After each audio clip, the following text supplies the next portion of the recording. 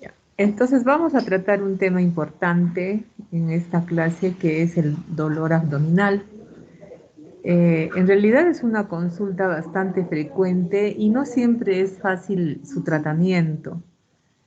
Generalmente son pacientes que han sido llevados por sus padres, no solo a su médico que habitualmente lo sabe tratar, sino que a veces están de consultorio en consultorio porque siempre les vuelve el dolor abdominal. E incluso hay pacientes que eh, ya han pasado por todos los exámenes, pero le ha salido todo normal, dice la mamá desconsolada, ¿no? Entonces debemos estar preparados para afrontar este dolor abdominal, que yo he tomado dolor abdominal crónico porque me parece que en pediatría 2 hacen el agudo. Entonces es importante este tema que tengan conocimiento. Entonces, al final de la clase, las competencias a alcanzar serían comprender la definición y fisiopatología del dolor abdominal crónico, esquematizar los criterios de Roma 4, establecer los criterios diagnósticos de los trastornos del dolor abdominal funcional y describir el tratamiento farmacológico y psicológico del dolor abdominal crónico. Este, debo aclararles que inicialmente se utilizaba el término dolor abdominal recurrente. Este dolor abdominal recurrente, como pueden ustedes observar ahí, fue introducido por Apley y Nash en 1957 y se refería al dolor que tenía que presentarse por lo menos unas 3 veces en el periodo de 3 meses. Pero también estos mismos autores dijeron de que ellos se referían al dolor que se presentaba en los niños, pero excluían a los niños menores de 4 años, puesto que ellos no podían referir las características del mismo, ¿no? Entonces, y era este dolor recurrente o recidivante que se llamaba así, eh, era capaz de limitar las actividades diarias y funciones del paciente y podía transcurrir con crisis, intercrisis asintomáticas.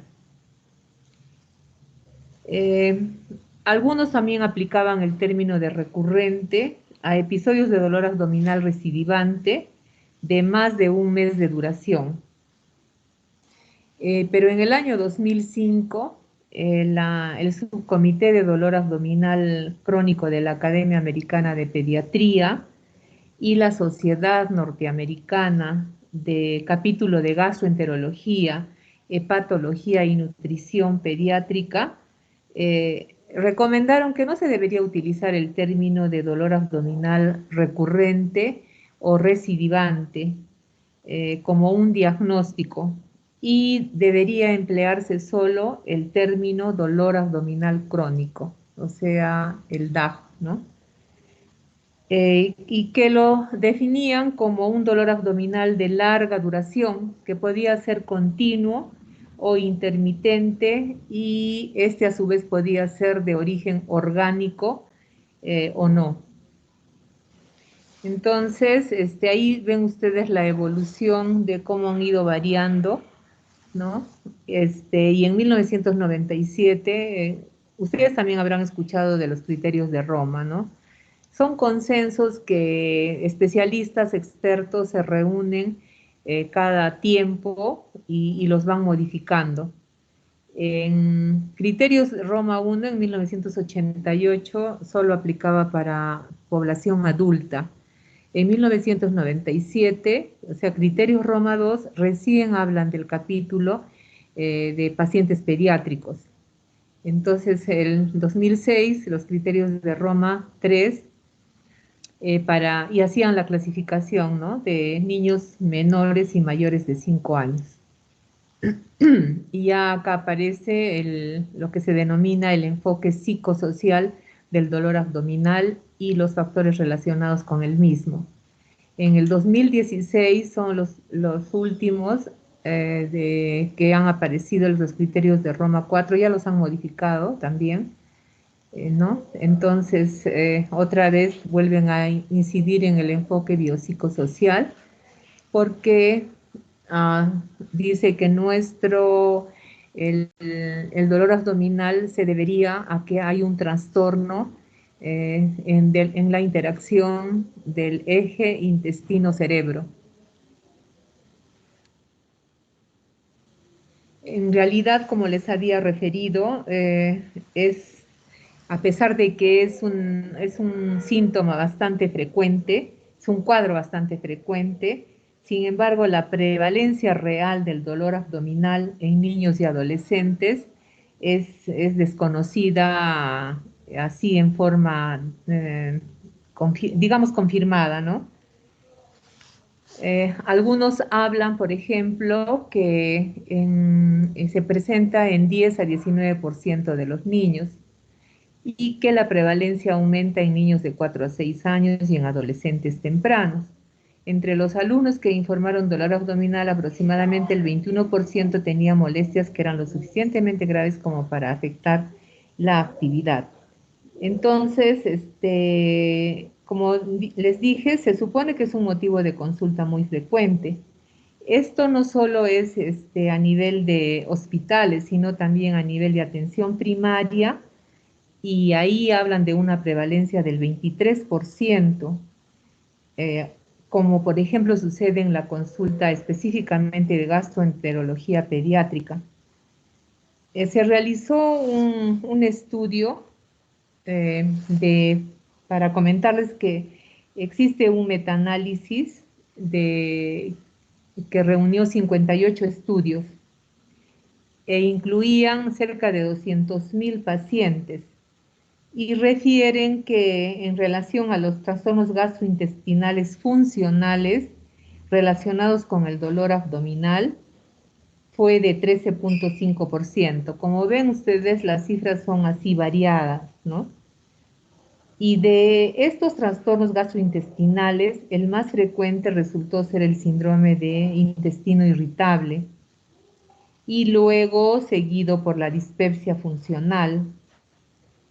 En este cuadro hay mayor frecuencia, refieren en este metaanálisis, que es más frecuente en las niñas, ¿no? Con una prevalencia del 15.9% frente a un 11.5% de los niños. Y ahora hacen una referencia también a nivel geográfico mundial, aunque hacen la aclaración que no se ha podido encontrar estadísticas en regiones del África y también en Australia. Sin embargo, ellos refieren que este cuadro es más frecuente en Sudamérica, en relación, por ejemplo, en comparación con Europa, y manifiestan que, por ejemplo, en Sudamérica tiene una prevalencia del 16.8% frente al 16%, al 10.5% de Europa, y en Asia 16.5%, muy parecido a lo que se encuentra en Sudamérica, ¿no? Que, como habíamos mencionado del enfoque biopsicosocial, refieren ellos que los trastornos psicológicos, el estrés, los eventos traumáticos de la vida aumentan la prevalencia del dolor abdominal. Y mientras que encontraron que la edad y el nivel socioeconómico no estaban asociados, ¿no? Entonces ahí, por ejemplo, miran ustedes la edad de presentación de los trastornos digestivos funcionales en el neonato y en el niño pequeño.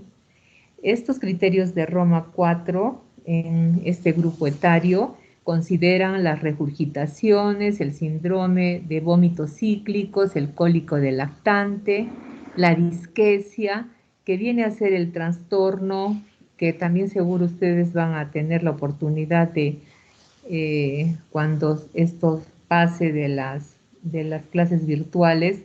Disquesia es cuando la mamá dice, ¿por qué lo trae? Porque está estreñido, dicen ellas, ¿no? Pero cuando llega a defecar, las deposiciones no son duras ni gruesas, sino de que el niño puja, incluso puede ponerse la carita hinchada, como abotagada, a eso se llama disquesia, ¿no? La diarrea funcional y el estreñimiento funcional, cada uno en la edad en las que son más frecuentes, como pueden observar en el cuadro. Y acá tenemos de los trastornos digestivos funcionales en el niño y adolescente. En este caso, el criterio de Roma 4 considera en este grupo etario el síndrome de vómitos cíclicos, la náusea funcional, la dispepsia funcional, el síndrome del intestino irritable y el estreñimiento funcional. También ahí está sombreado las edades en las que son más frecuentes en su presentación.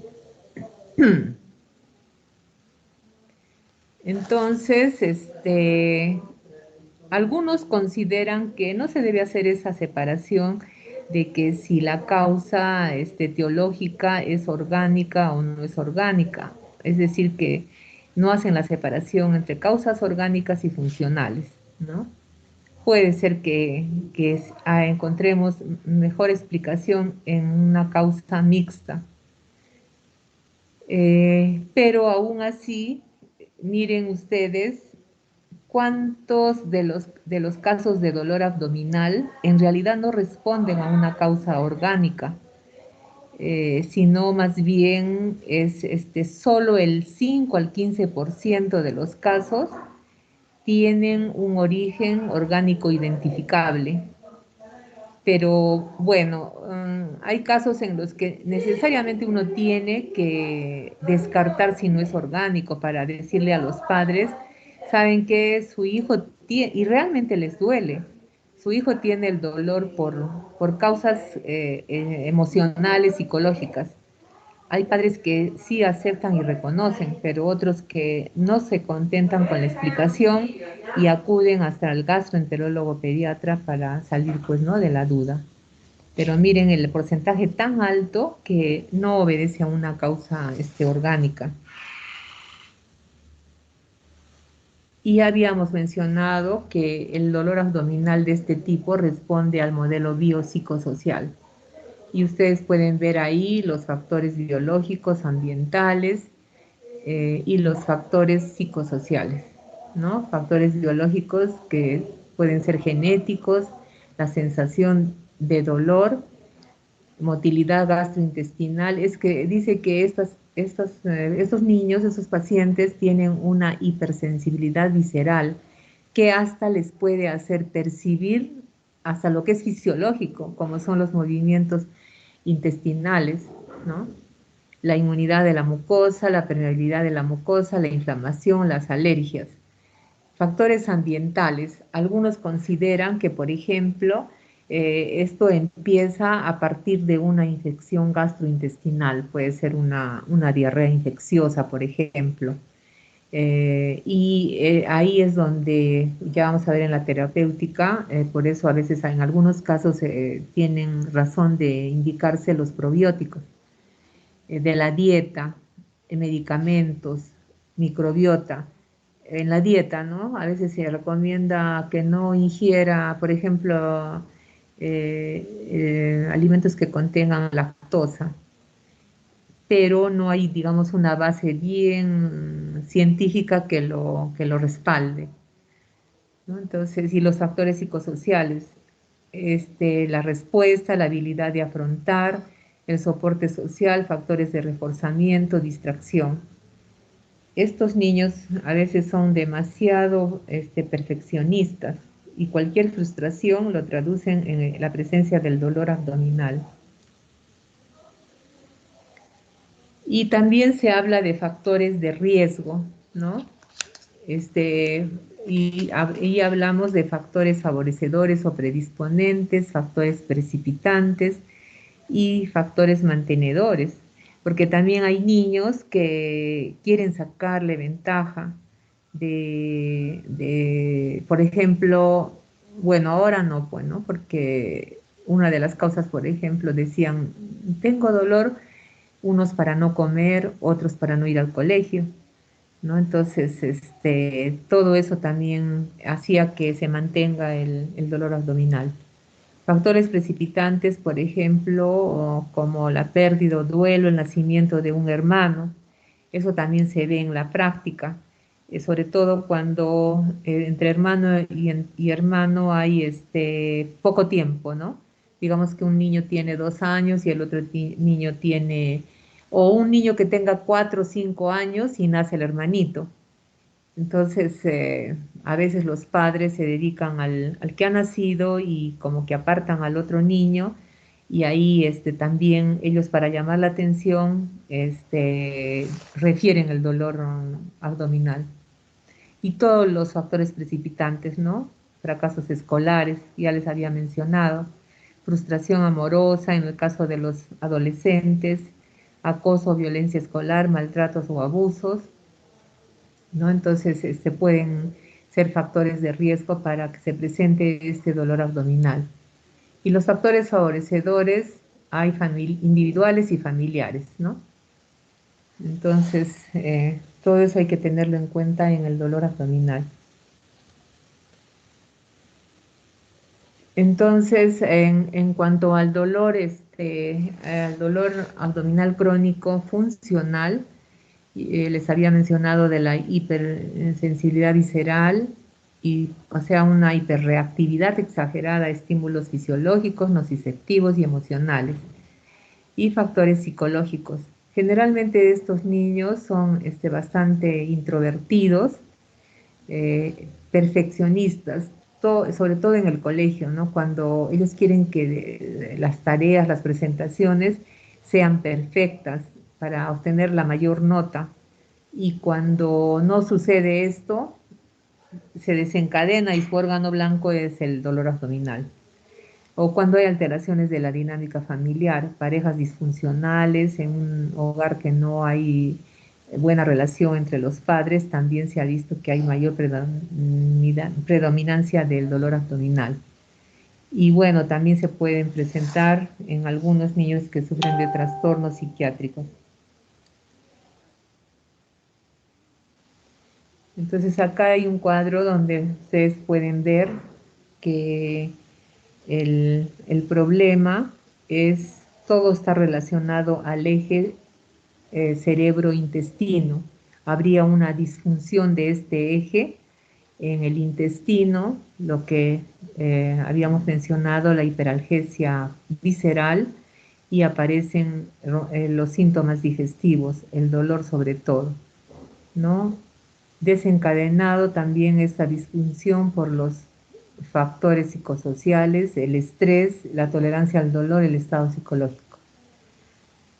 Y esto viene a ser como un resumen de lo que hemos hablado, ¿no?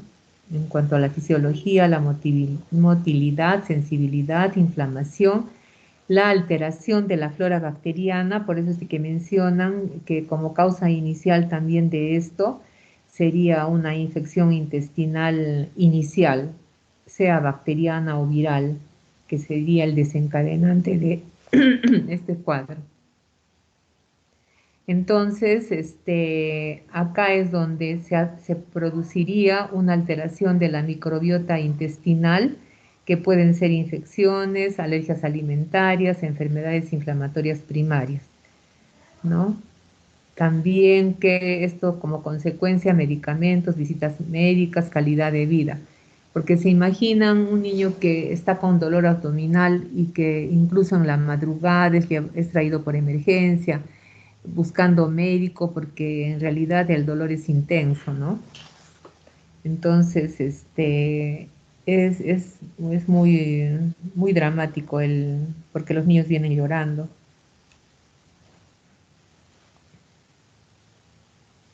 Bueno, ya hemos dicho, estos niños también se ha visto que tendrían una disminución del umbral del dolor, e incluso cambios de la presión intraluminal, ¿no?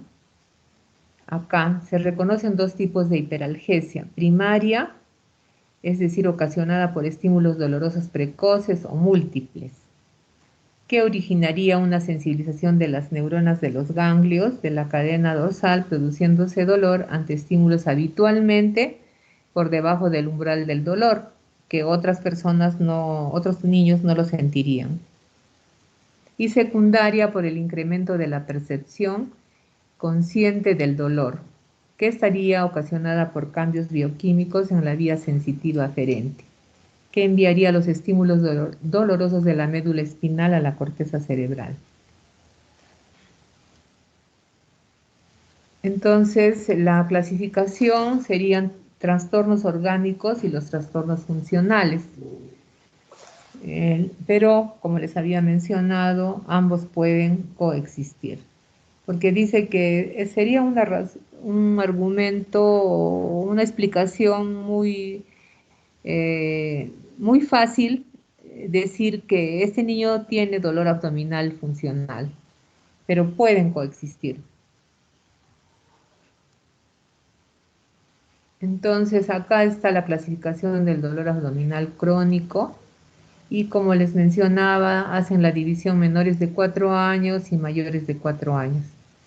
Y acá aparece el dolor abdominal orgánico por somatización y funcional, o sea, síntomas, y vienen los criterios de Roma. Bueno, en esta hablan de Roma 3, ¿no? Y ahí ven ustedes dispepsia funcional, el síndrome de intestino irritable, la migraña abdominal y el dolor abdominal funcional, como el síndrome de dolor abdominal funcional. Y miren todas las causas orgánicas que hay de dolor abdominal crónico, desde causas comunes hasta menos comunes, ¿no? Trastornos pépticos con sus características clínicas y dónde es la ubicación típica del dolor. Eh, Hasta menos frecuentes, mala absorción, por ejemplo, intolerancia a la lactosa, la enfermedad celíaca, el estreñimiento, incluso la dismenorrea, el reflujo gastroesofágico, que sí estamos viendo en niños pequeñitos, dolor musculoesquelético, hasta la infección parasitaria, cada uno con sus características clínicas y donde frecuentemente podemos ubicar el dolor. Y causas menos comunes como la endometriosis. Actualmente tenemos una paciente con dismenorrea progresiva severa que hizo confundir con una apendicitis aguda, la esofagitis eosinofílica, la alergia a la comida, enfermedad inflamatoria intestinal y enfermedad inflamatoria pélvica, menos frecuente. Himen imperforado con hematocolpos, con las características clínicas que las pueden ver ahí, la malrotación intestinal, isquemia mesentérica, litiasis renal, embarazo también, absceso del psoas, síndrome de costilla deslizante, síndrome de la arteria mesentérica superior, obstrucción de la unión urétero-pélvica. Son muchas causas orgánicas a tener en cuenta. Y por eso les decía, no es fácil el manejo del dolor abdominal crónico si tomamos en cuenta todos los cuadros que pueden originarlo orgánico. Acá están los criterios de Roma 4, ¿no? La regurgitación del lactante, este es en el neonato y en el niño pequeño. Regurgitación del lactante, el síndrome de rumiación, vómitos cíclicos, hay bebés que son vomitadores, el cólico del lactante, que ya ustedes van a ver cómo es tan dramático que padres, abuelos vienen por emergencia, la mamá llorando, el bebé con un llanto desesperante, la diarrea funcional, la disquesia del lactante, el estreñimiento funcional. Y en el niño y adolescente tenemos los trastornos de náuseas y vómitos funcionales, síndrome de vómitos cíclicos, náuseas funcionales y vómitos funcionales, síndrome de rumiación, aerofagia, trastornos del dolor abdominal funcional. Estos son los que mire, porque no vamos a tratar de todos los trastornos funcionales, son bastantes. Entonces nos enfocamos en los trastornos del dolor abdominal funcional y entre ellos tenemos la dispepsia funcional, el síndrome del intestino irritable, la migraña abdominal y el dolor abdominal funcional no especificado de otra forma. Entonces, la dispepsia funcional, este es un cuadro bastante frecuente y que ahora, no sé, en pandemia estamos viendo con más frecuencia, será porque los niños están en la casa. Y todos estos cuadros que contemplan los criterios de Roma 4 tienen sus características bien definidas. Entonces, dice que debe incluir al menos uno o más de los siguientes síntomas durante al menos 4 días al mes y un mínimo de 2 meses antes del diagnóstico. Es esa plenitud después que el niño ingiere los alimentos, rápidamente se llena, ya no quiere seguir comiendo. Y hay el dolor epigástrico o un ardor que no cede con la defecación. Y sobre todo que estos síntomas no se puedan atribuir a otra enfermedad, ¿no? Después de hacerle una evaluación médica adecuada. Hablan de subtipos, el síndrome de disconfort postprandial y el síndrome del dolor epigástrico, ¿no? Entonces, en el disconfort postprandial, como su nombre lo indica, hay una plenitud postprandial o sensación de saciedad precoz. Entonces acá vamos a encontrar que puede haber una distensión en el hemiabdomen superior, náuseas postprandiales y también eructos. Y el síndrome del dolor epigástrico, que hace semejar una enfermedad de úlcera, porque hay ardor o quemazón en el epigastrio. Los criterios de apoyo: dolor tipo ardor no localizado a nivel retroesternal y dolor desencadenado por la ingesta de alimentos. Es por eso que cuando viene un niño con dolor abdominal, uno tiene que preguntar acerca de las características del mismo hasta agotar todo lo... No es una consulta que la hagamos rápidamente.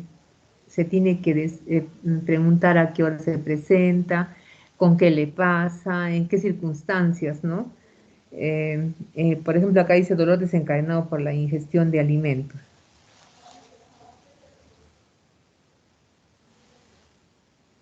Acá estamos con un algoritmo del dolor abdominal, específicamente de la dispepsia, ¿no? Entonces, ¿qué es lo que debemos hacer cuando un niño viene con las características que habíamos mencionado?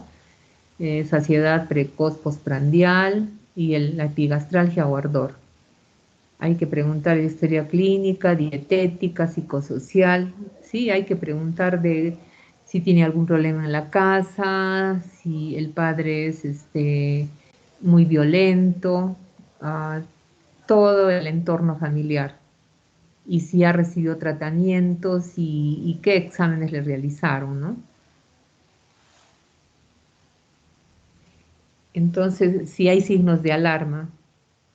Entonces, si encontramos signos de alarma, entonces ahí ya quizá también podamos derivar a un gastropediatra, ¿no? Para hacerle exámenes de laboratorio, endoscopía, con biopsia o radiografías de tránsito digestivo o hasta su ecografía abdominal, ¿no? Entonces, si es que hay signos de alarma. Si no hay signos de alarma, entonces hablamos de dispepsia funcional y vamos a encontrar si el síntoma es la saciedad precoz, entonces síndrome de disconfort postprandial. Si es que hay dolor, síndrome de dolor epigástrico. Entonces, anomalías identificadas. Si no identificamos ninguna anomalía y si las identificamos otras patologías, Por supuesto que ya viene el tratamiento específico si es que obedece a alguna otra causa. Ahora el síndrome de intestino irritable. A veces cuando escuchamos el término asociamos a que son cuadros de diarrea, pero no siempre el intestino irritable cursa con diarrea, sino puede hacerlo con estreñimiento, ¿no? Entonces, para hablar de este síndrome de intestino irritable, igual que la dispepsia, incluyen los siguientes criterios al menos 2 meses antes del diagnóstico. Dolor abdominal al menos 4 días al mes. Por eso es que a los padres se les tiene que instruir para que apunten cuántas veces al mes, por ejemplo, presenta el dolor abdominal. Y que si el dolor abdominal está asociado a uno o más de los siguientes, ¿no? De los siguientes aspectos. Pues si está relacionado con la defecación, cambio en la frecuencia de las deposiciones y también cambio en la forma y apariencia de las mismas. Ahora, en niños con estreñimiento, el dolor tiene esa característica de este intestino irritable que no se resuelve solo con la defecación. Los síntomas no se pueden, igual, ¿no?, que la dispepsia, no pueden ser atribuidos a otra enfermedad después de una evaluación médica adecuada. Acá también está el algoritmo del dolor abdominal con alteración en el ritmo intestinal, ¿no? Esto viene a ser un resumen, igual tiene sus signos de alarma, cuáles son. Si es que hay que hacer análisis de sangre, de heces, incluyendo calcoprotectina fecal, endoscopía alta y o baja. Por eso ya les digo que cuando hay signos de alarma ya es del especialista, en este caso del gastropediatra, ¿no? Entonces, seguimos. La migraña abdominal tiene algunas características que comparten con la migraña que conocemos habitual. Entonces, todos han visto que tienen sus características especiales, que se presente, por ejemplo, al menos en 2 ocasiones. Los otros eran 2 meses antes del diagnóstico, 6 meses previos al diagnóstico. Y son episodios paroxísticos de dolor intenso, agudo, generalmente localización periumbilical, y pueden ser episodios separados por semanas o meses. Y como comprenderán, si es intenso, el dolor es generalmente incapacitante y es un patrón de síntomas para cada paciente. Puede estar asociado este dolor con 2 o más de los siguientes síntomas. Puede haber anorexia, igual que la migraña que conocemos, náuseas, vómitos, cefalea. Puede haber fotofobia y palidez también, ¿no? Igual que la migraña que conocemos. Ahora, el dolor abdominal funcional no específico. Al menos los 2 meses previos al diagnóstico deben haber tenido 4 o más episodios por mes de todos los siguientes. Dolor abdominal episódico o continuo, que no solamente ocurre con eventos fisiológicos. Criterios insuficientes para etiquetarlo de los cuadros referidos anteriormente. Y que los síntomas no puedan ser atribuidos a otra enfermedad. Ahora, el diagnóstico, como todos los cuadros, es la herramienta fundamental y que repetimos siempre y que nos han repetido cuando hemos sido estudiantes, es la confección de una buena historia clínica. Esa es la base de todo, ¿no? Y sobre todo en este cuadro de dolor abdominal con todo lo que hemos visto hasta ahora.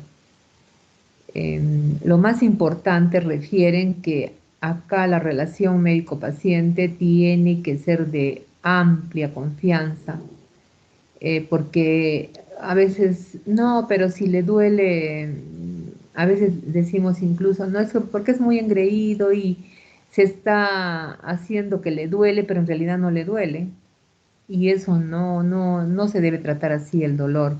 El médico tiene que que demostrarle a los papás en este caso que está muy preocupado por el cuadro del niño. No tomarlo a la ligera esta consulta, sobre todo si los padres ya les dicen que le han hecho, por ejemplo, examen parasitológico de heces, examen de sangre, hasta ecografía abdominal. Y como toda historia clínica, averiguar muy minuciosamente acerca de los antecedentes personales y familiares, sobre todo, ¿no? Si en la familia también tienen trastornos digestivos y hasta psiquiátricos. Eh, el examen físico y el interrogatorio debe estar, como han visto en los algoritmos, a buscar signos de alarma que justifiquen el pedido de exámenes de laboratorio y la ayuda del gastro, ¿no?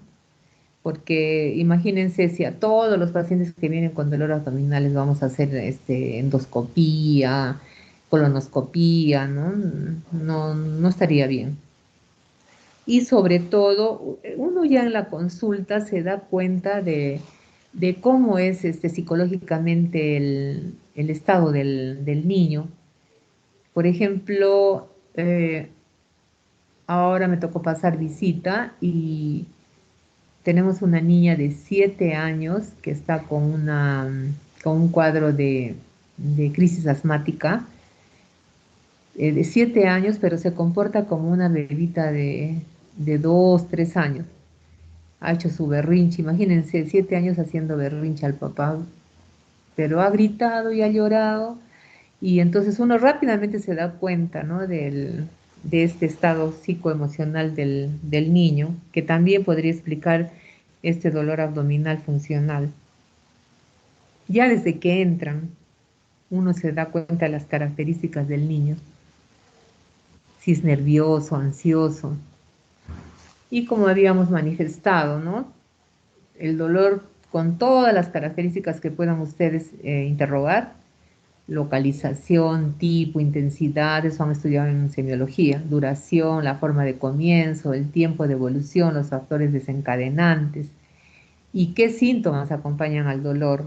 En este caso hay que preguntar acerca de que si tiene vómitos, diarrea, anorexia, fiebre, pérdida de peso, y si este dolor origina que el niño deje de hacer sus cosas que habitualmente sabe hacerlo, si influye sobre su apetito, si él perturba su sueño también, la valoración de la personalidad del niño y la actitud de la familia, ¿no?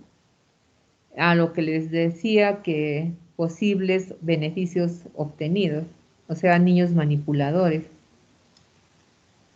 El examen físico tiene que ser, como pueden imaginarse, no solo en el dolor abdominal, sino completa, para ver el estado de la valoración nutricional, el peso, la talla, si hay anemia, la coloración de piel y mucosas, y el examen del abdomen, sobre todo tratando de identificar las zonas dolorosas que han visto en el cuadrito de las causas orgánicas. Ahí hay un recuadro donde está especificada la localización que presenta cada uno de los mismos. A veces, no a veces, sino que generalmente obviamos hacer el tacto rectal, ¿no? Porque a veces los padres tampoco lo permiten y bueno, es a veces incómodo para el niño también, pero en determinadas circunstancias tiene que hacer. Entonces ya más o menos con la historia clínica y la exploración física ya nosotros vamos pensando en un diagnóstico. Y ven ustedes, si uno ya sospecha de una etiología funcional, no va a pedir pues toda la batería de exámenes, ¿no? Pero si identificamos algún signo de alarma, entonces ahí sí tenemos que hacer los pedidos correspondientes.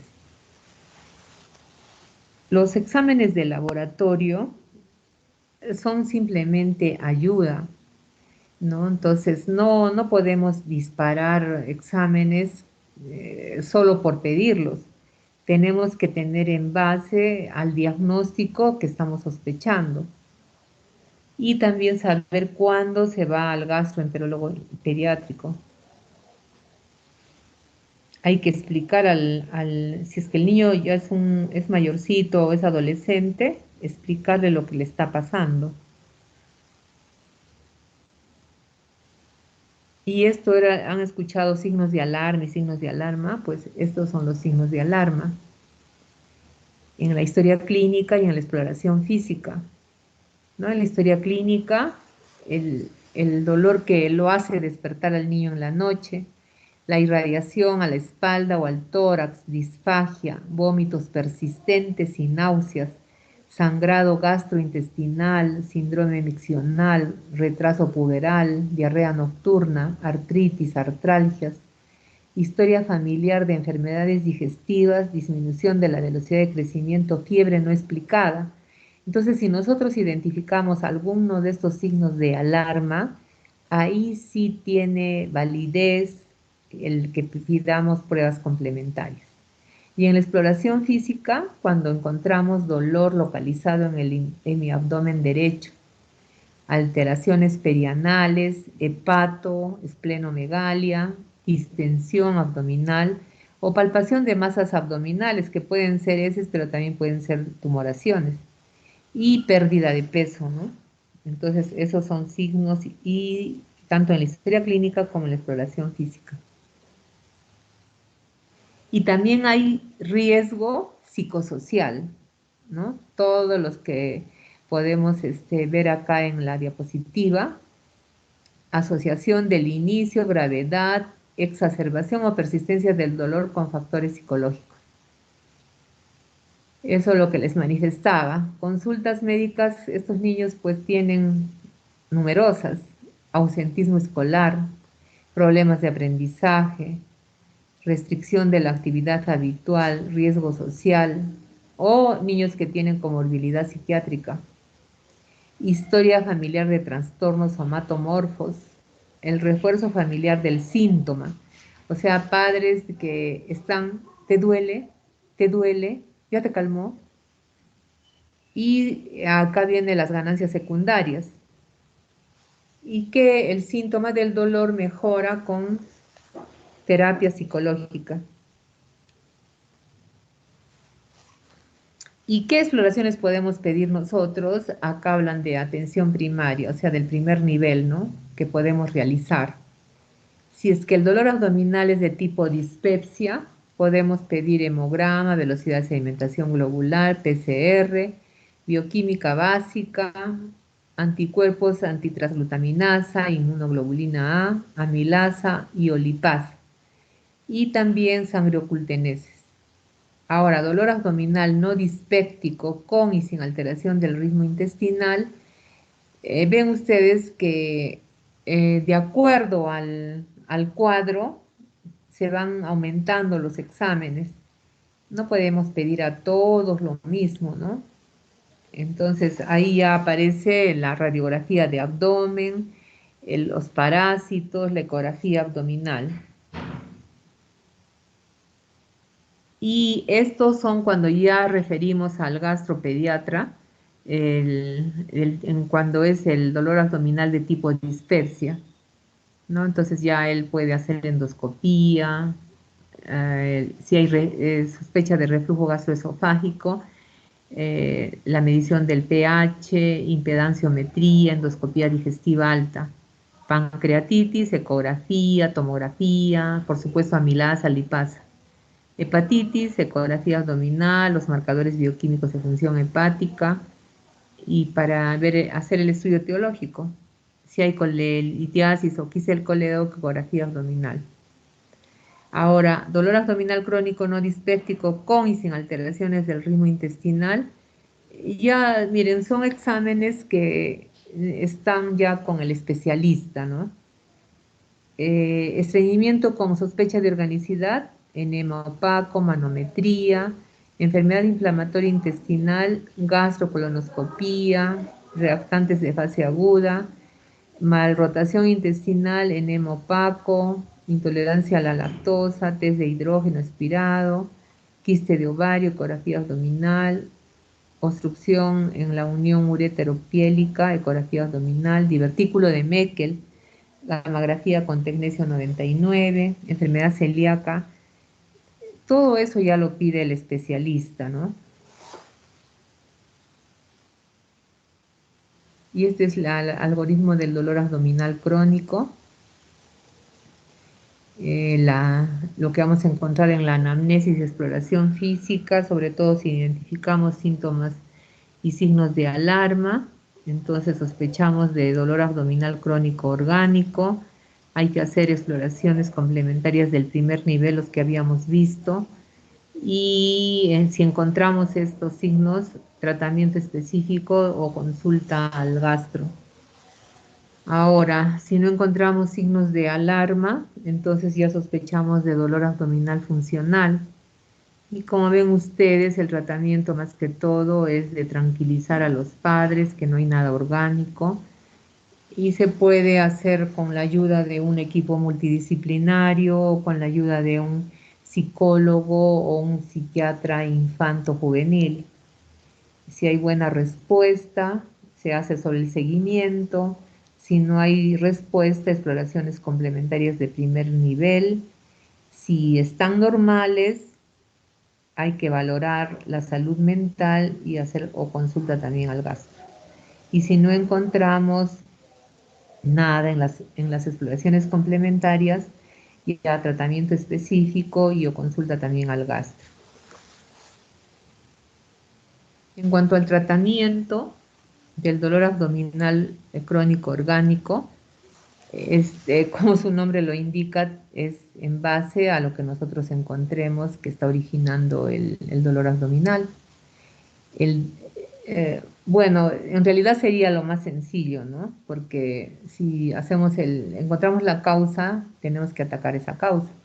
Pero el dolor abdominal crónico funcional es que el niño o el adolescente lleve una vida lo más normal que pueda, eliminando más que todo, prácticamente que el niño entienda que va a tener que estar con su dolor,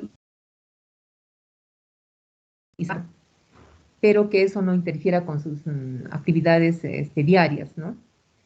Y como les mencioné al inicio, hay que informar y tranquilizar tanto al niño y a la familia.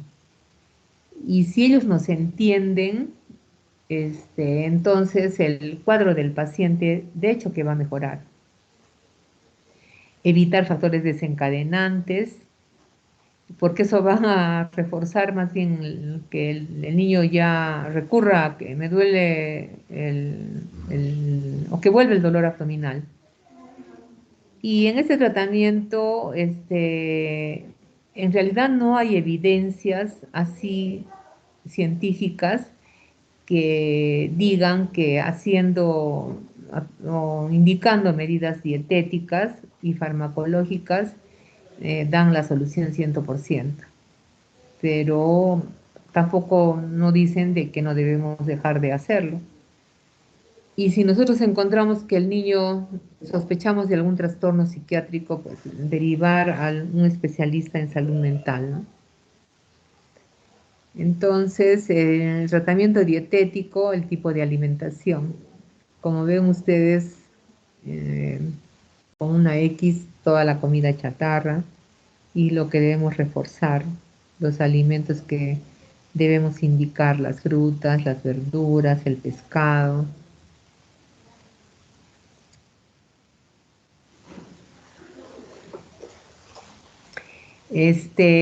Como es obvio, ¿no? Hay que eliminar los alimentos que originan la formación de más gases, las gaseosas o alimentos que contengan sorbitol, fibra. También sabemos nosotros, sabemos indicar, ¿no?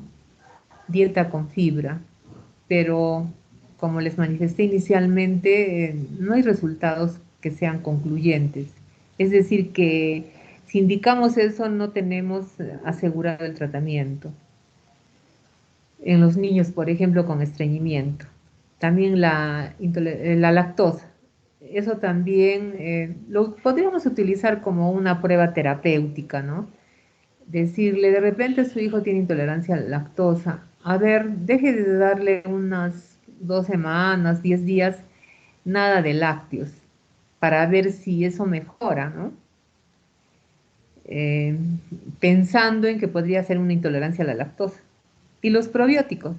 Los probióticos tampoco han demostrado que mejoran la condición de estos niños, pero igual los podemos, es igual que ahora vemos en lo del COVID, ¿no?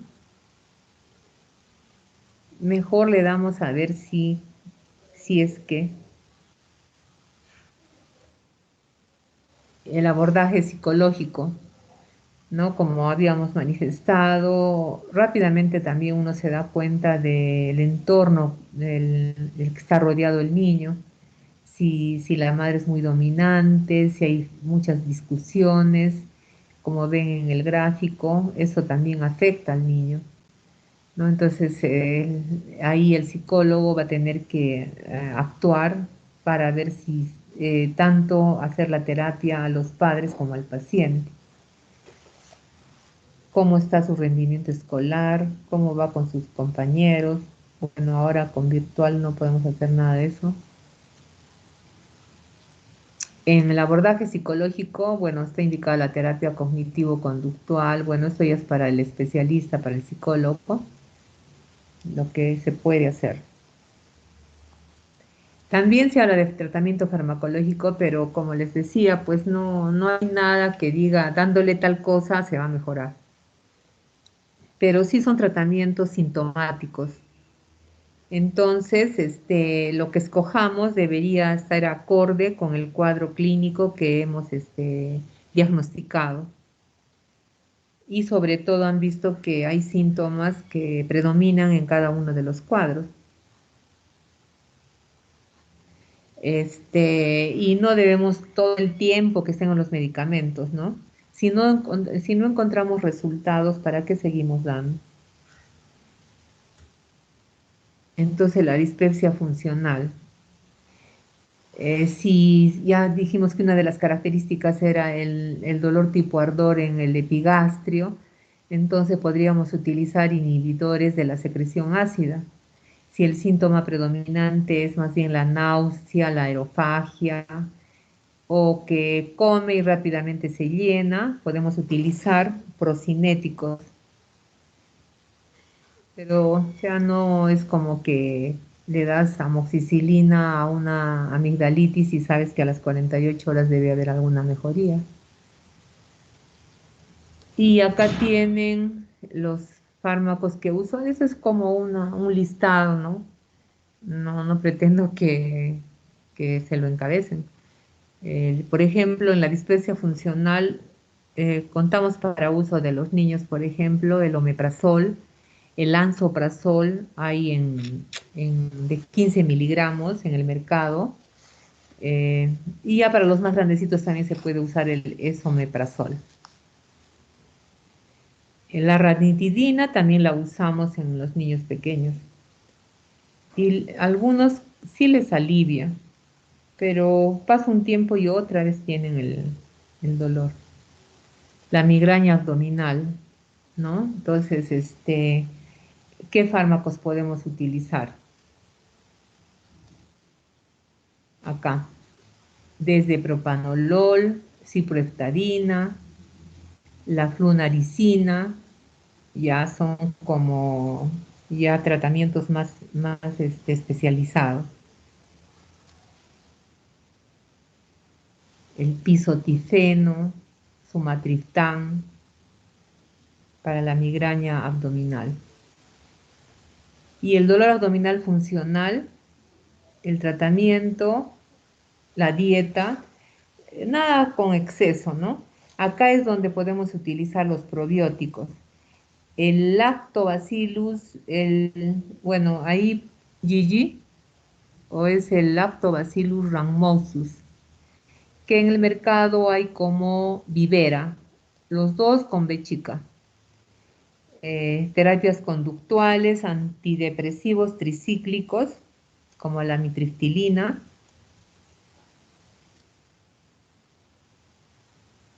¿no? Espasmolíticos.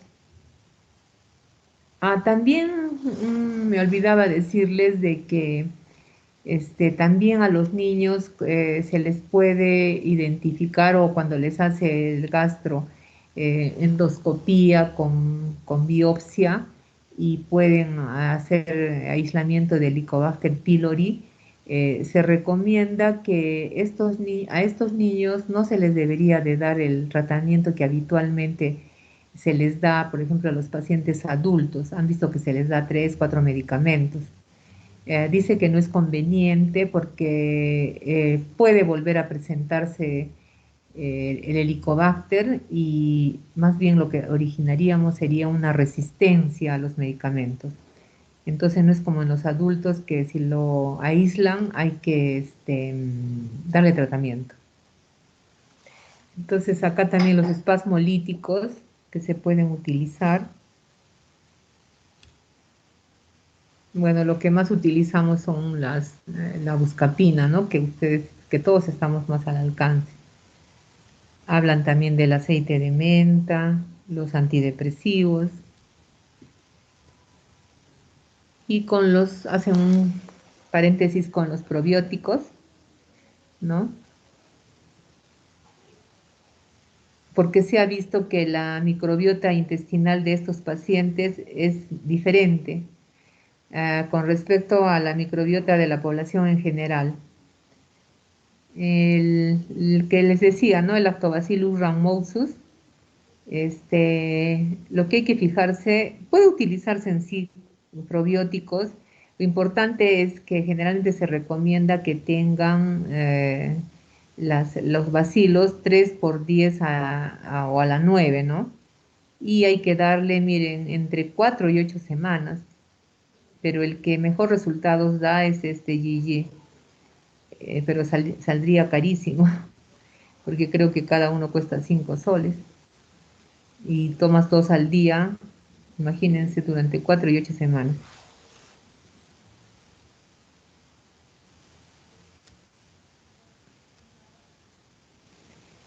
Bueno, es todo lo que les quería decir. Justo ya me he pasado. Entonces,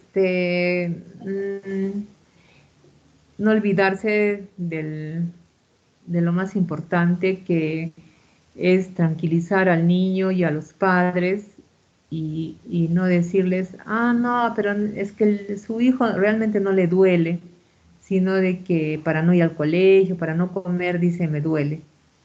Estaríamos por muy mal camino, porque sí, efectivamente les duele. Bueno, es lo que les quería mencionar. Gracias, doctora. ¿Alguna pregunta?